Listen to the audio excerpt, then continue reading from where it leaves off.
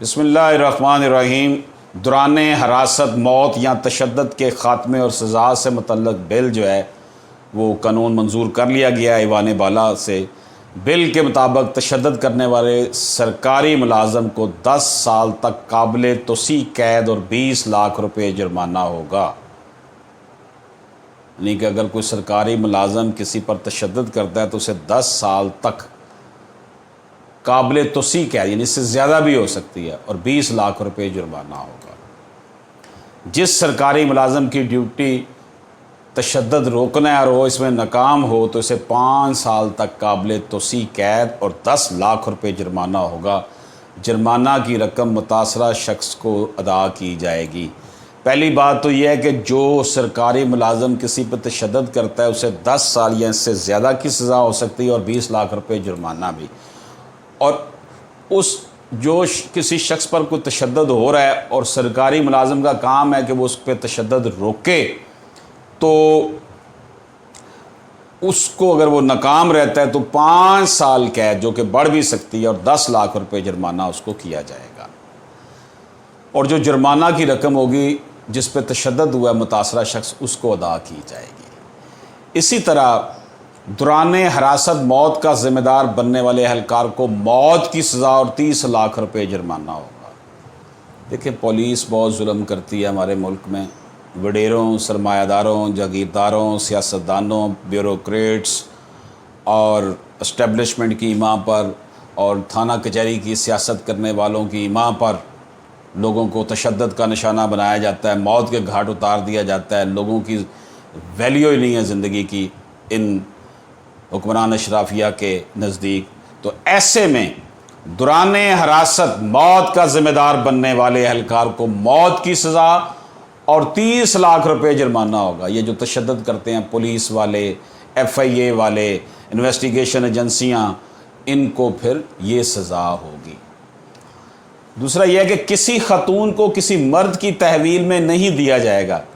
تشدد کے ذریعے حاصل بیان قابل قبول نہیں ہوگا۔ مار پیٹ کر کر جسمانی ریمانڈ جب لیا جاتا ہے، اگر اس کو مارا پیٹا جائے گا، جس طرح ہم دیکھتے ہیں، پتہ چلتا ہے جناب مار مار کے برا حال کیا ہوتا ہے، فلموں میں بھی اس کی عکس بندی کی جاتی ہے، تو یہ بیان قابل قبول نہیں ہوگا۔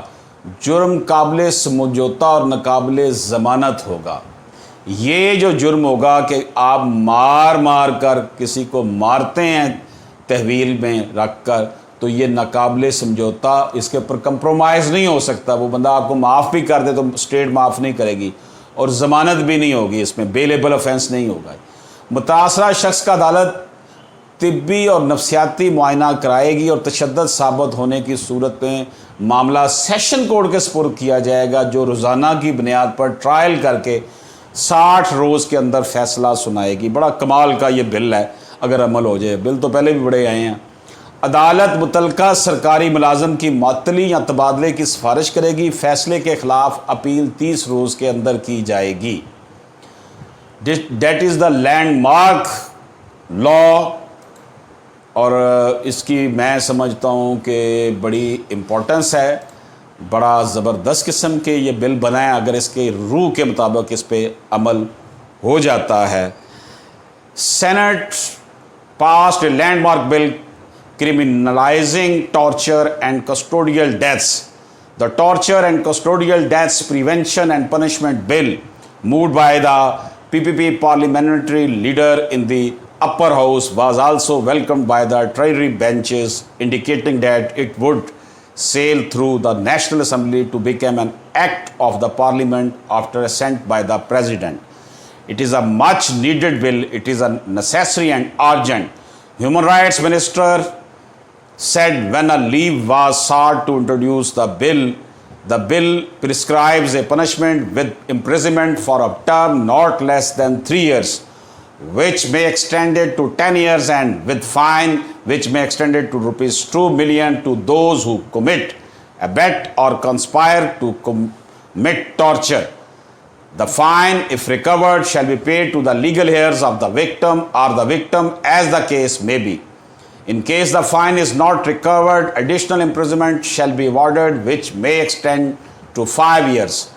Likewise, whoever commits, abets, or conspires to commit the offense of custodial death or custodial sexual violence shall be punished with imprisonment for life with fine which may extend it to rupees 3 million, the bill said.